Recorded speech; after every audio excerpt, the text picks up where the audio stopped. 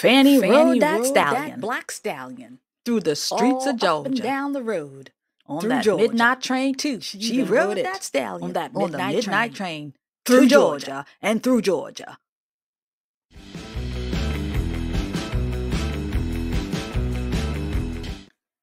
Hello, everyone. Welcome to The Conservative Poet with me, Amania. Happy that you're here. So I'm going to have a conversation. We got to follow up with Miss Fani Willis because Miss Fani Willis is the gift that keeps on unpacking. Just keep on unpacking. The boxes just keep on unpacking. There's just always something coming out. She is the gift that keeps on giving, friends. She the gift that keep on giving. I used to think the Hunter laptop was the gift that keeps on giving. Well, that is too. But my God, Fani Willis is truly the gift that keeps on giving. And God, she might just give us to let go of this whole Trump indictment, whatever she's got going on in Georgia with President Trump. She just might be the one to give us that gift to let this thing go. Holy akasha. Miss Fani Willis. The Lord sure don't like no ugly. The Lord don't like no ugly in his house. The Lord don't like it when sinners crawl into his pulpit and lie. And Miss Fani Willis is experiencing the wrath of the Lord for standing in his pulpit, for standing in his house. This is like Jesus throwing over the tables. This is so much sweeter though. Dang it. Everything's come for her. Everything's falling apart for her. I ain't happy about it. I was real sad for her. I sad for her.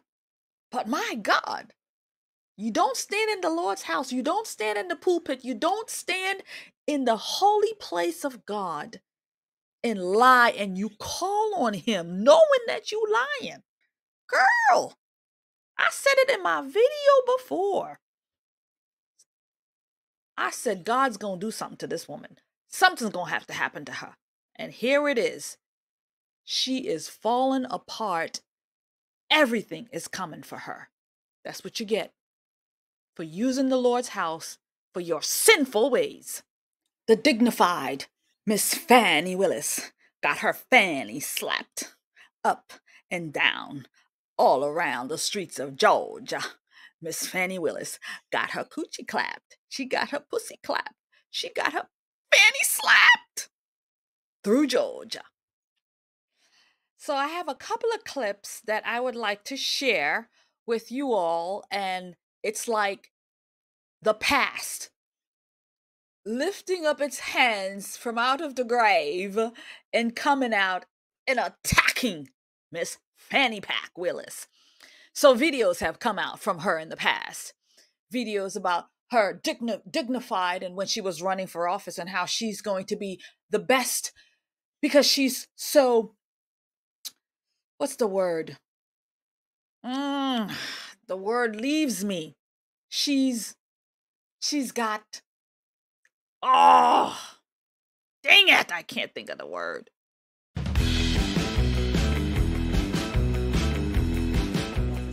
Should be the beacon of the Southeast. It should be the absolute best office between Washington, D.C. and Miami. And right now what you have is an office of dysfunction and corruption, and we deserve better. And I am the right choice to improve it. Corruption, Ms. Willis, that's a strong word to level against the office that Paul Howard has run for nearly a quarter century. If he gets reelected, it'll be more than 25 years. You have a DA sitting there that doesn't have the qualifications and the experience to do the job. What I can guarantee you is with my reputation, with my community ties, I am going to be able to attract the best and the brightest minds to that office. You're sitting with someone today that actually wants to make a difference because they deserve a DA that won't have sex with his employees, because they deserve a DA that won't put money in their own pocket when it should go to benefit children, because we deserve that. Seen that, heard that, good. So this interview has come back to bite Miss Fani Willis on the derriere, right? Right on her buttocks, right on her fanny. Yeah, on her fanny.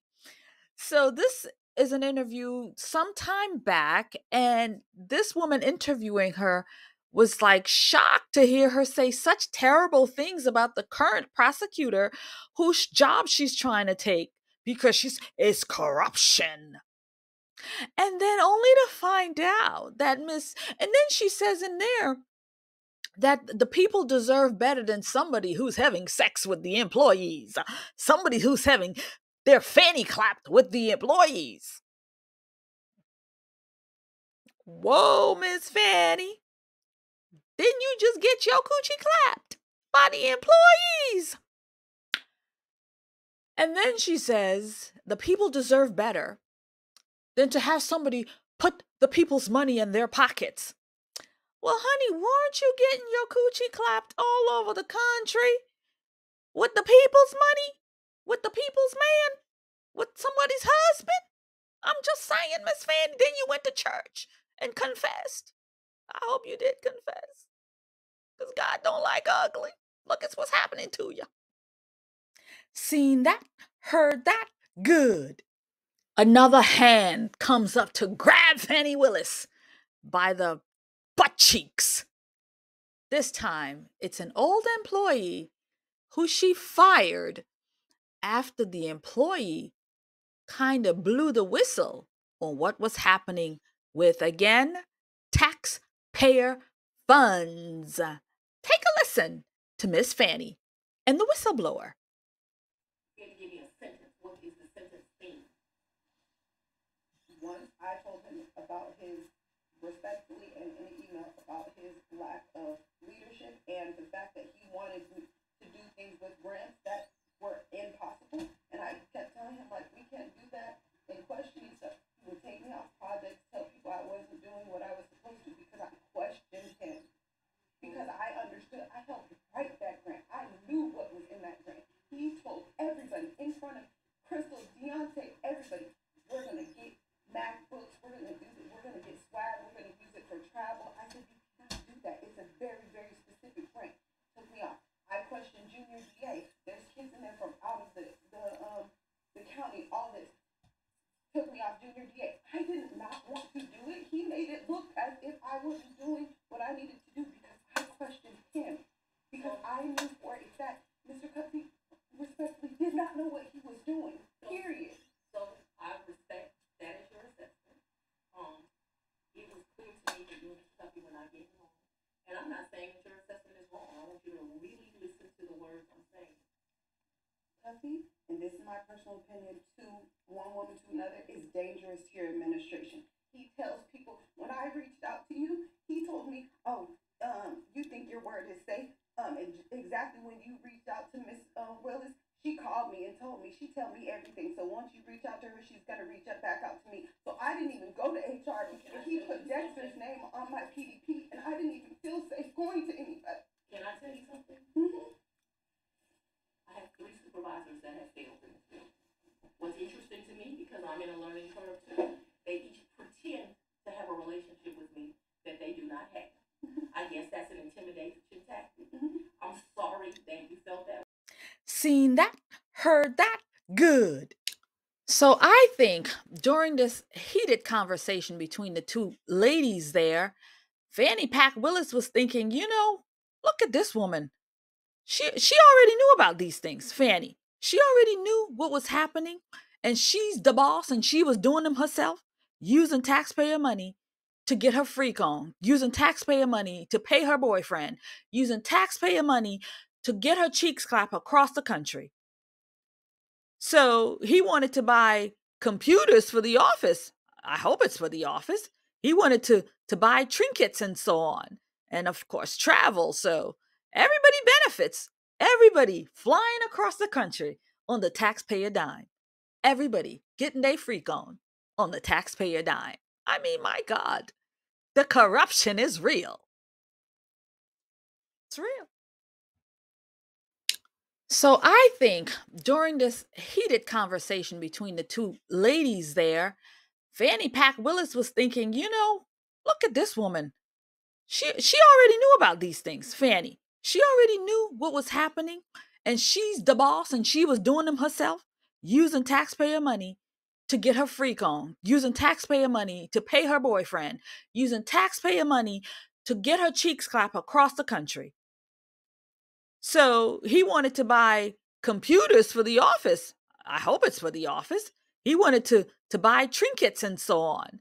And of course, travel. So everybody benefits. Everybody flying across the country on the taxpayer dime. Everybody getting their freak on the taxpayer dime. I mean, my God, the corruption is real. It's real. Shortly after Fani Willis had that conversation with the whistleblower, she was escorted out of the property by about 7 or so policemen. Just take your get out. We putting you out. You no longer welcome here. And so now Fani Willis has to answer questions in reference to this. Now, I've heard she say that, well, this is a disgruntled employee who was left over by the previous administration, and therefore they're just bitter. They're just bitter.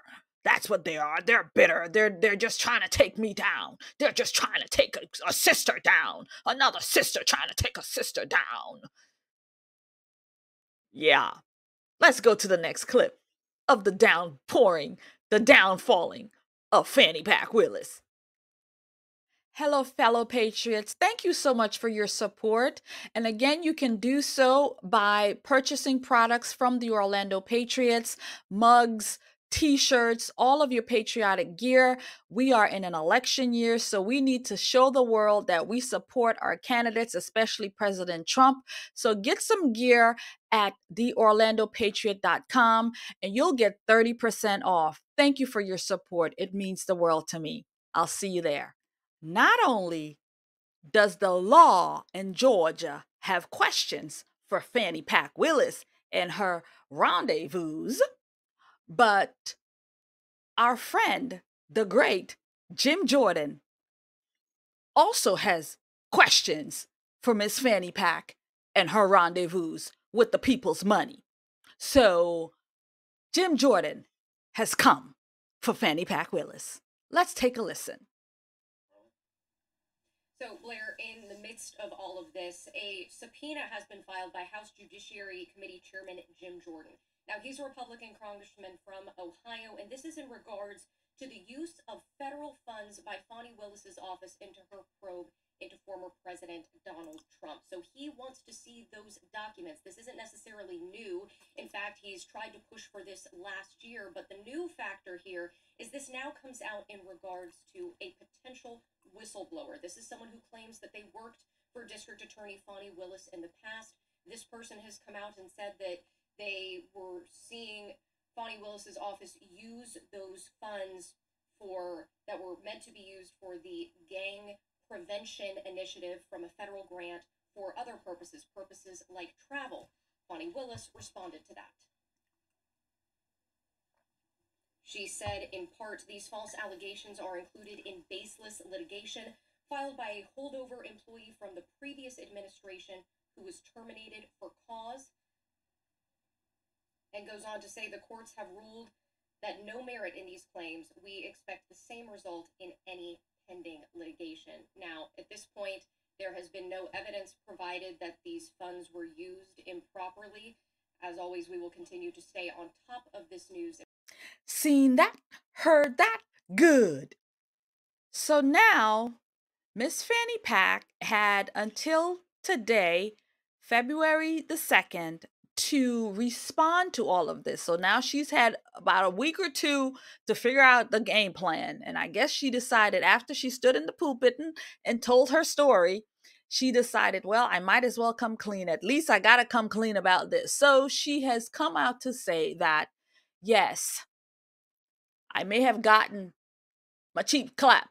I may have gotten my coochie clapped. I may have gotten my freak on. I may have gotten my freak on. I may have ridden the stallion, the black stallion. I may have ridden the black stallion. But that's about all I done. That's all about it. That's it. I ain't do nothing else. Let's take a listen to the news clipping. Fani Willis, the Fulton County District Attorney who is prosecuting the former president, Donald Trump, for election interference in Georgia, she has admitted to having an improper relationship with her lead prosecutor. I mean, this is a big admission. Up until this point, she has said she will not speak on this, but she was required to respond to those allegations, and now she has. Yeah, this is according to court documents, by the way, a court filing, which we're just getting in right now. We will have a reporter on this coming up really shortly, but, you know, just talking about the context here, of course, you know, being here in Georgia, she is at the helm of this prosecution against the former. Willis was up against this big deadline today. So what can you tell us about how this went down?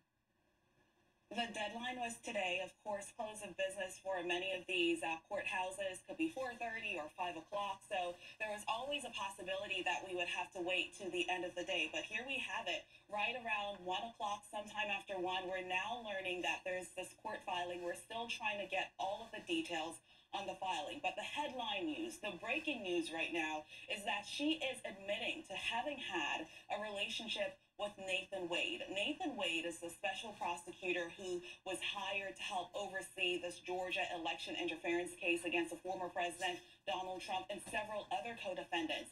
And I want to bring you guys back to what happened in early January. Around January 8th, we got reporting that one of those co-defendants, Michael Roman, said that made the accusation that Fani Willis, the district attorney who's at the helm of this investigation, was having an inappropriate relationship with Nathan Wade, the special prosecutor who she hired to help oversee this case. You ladies referenced this, that many people said this was problematic because it could have potentially been a conflict of interest. But then the time went along. We heard the allegations, but we heard nothing official from Fani Willis on this matter until today.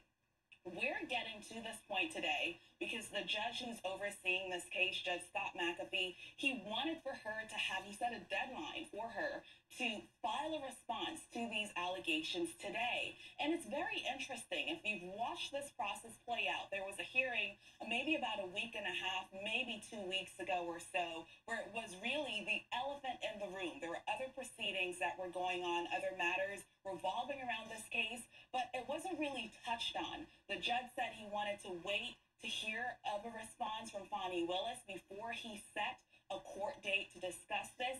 And then when he didn't hear anything, he said that she had to respond by today, February 2nd. And so now we have this filing. I still have to go over all of the details, but we now have this filing where she is admitting to that relationship. Of course, the big question now is, what happens to this massive RICO case that involves the former president? We know that many people have said this has been something that is extremely politicized. Legal watchers are saying that she should recuse herself. Possibly Nathan Wade should recuse herself. There are other people who are saying she should not have to recuse herself. But now that there is this main admission of a relationship with someone who she hired. Seen that, heard that, good. Well, friends, if you learned anything, if I've learned anything, is to not go into the Lord's house and run amok. Stand there and lie in the pulpit in his house. Call out his name. Wow. Is this what you get? This is what you get, girl. This is what you get. I can't say I'm sorry for her, but she done laid in her bed. She made her bed, she laid on it, and she got her coochie clapped in it. So, this is going to be it for us. I'm not sure how this is going to go. We're going to keep our ears tuned and we're going to keep our eyes watching because I'm telling you, this is better than the soap operas. This is better than One Life to Live, better than All My Children, better than General Hospital. Oh, no, that's too much. General Hospital. That's the king right there. That's the king. General Hospital is king. I used to watch soap operas, y'all. Gave it up for politics. I gave it up for politics. Anyway, thank you guys for taking the time. This was really fun to make. I'm glad we were able to see a little bit more about Fani Willis and all of this. And again, praying that all of this will go away for President Trump. This Trump up charges will go away, and she can keep her job, whatever. I just want this whole thing to go away for President Trump, right? That's all we want out of this. And of course, we want justice. We do want justice. She can't just get away with this. Not just being fired. The woman is corrupt. She needs to be punished. She needs to be punished. Hopefully Jim Jordan will find a way to make it happen. Any event, that's going to be it for me. Thank you guys for watching, sharing, and subscribing.